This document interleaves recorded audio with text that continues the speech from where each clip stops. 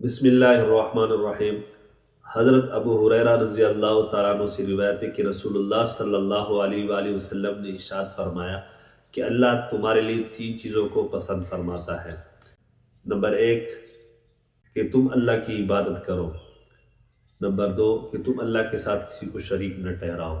Number 3 کہ تم آپس میں مضبوط رہو، منتشر نہ ہو۔ اور 3 چیزوں کو تمہارے لیے ناپسند فرماتا ہے۔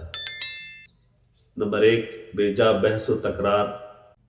نمبر 2 زیادہ سوال کرنا۔ نمبر 3 مال کو ضائع کرنا۔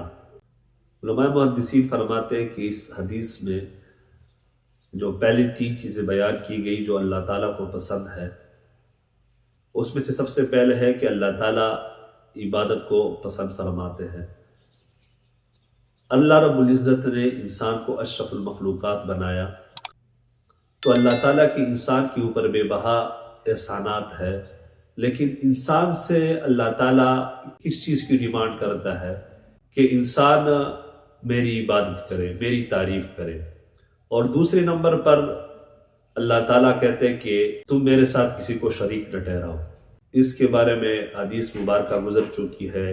شرک کے بارے میں، شرک ایک ایسا کبیرہ گناہ ہے کہ اللہ تعالیٰ اور کبیرہ گناہ تو معاف کر سکتے، لیکن اللہ تعالیٰ کے ساتھ کسی کو شریک ٹھہرانے والا، اس کو اللہ تعالیٰ معاف نہیں کرتا۔ اور تیسرے نمبر پر ہے کہ تم آپس میں مضبوط رہو، منتشر نہ رہو۔ یعنی مسلمانوں کو چاہیے کہ وہ آپس میں متحد رہے، اتفاق و اتحاد کے ساتھ رہے، آپس میں اختلافات کو ختم کر دے۔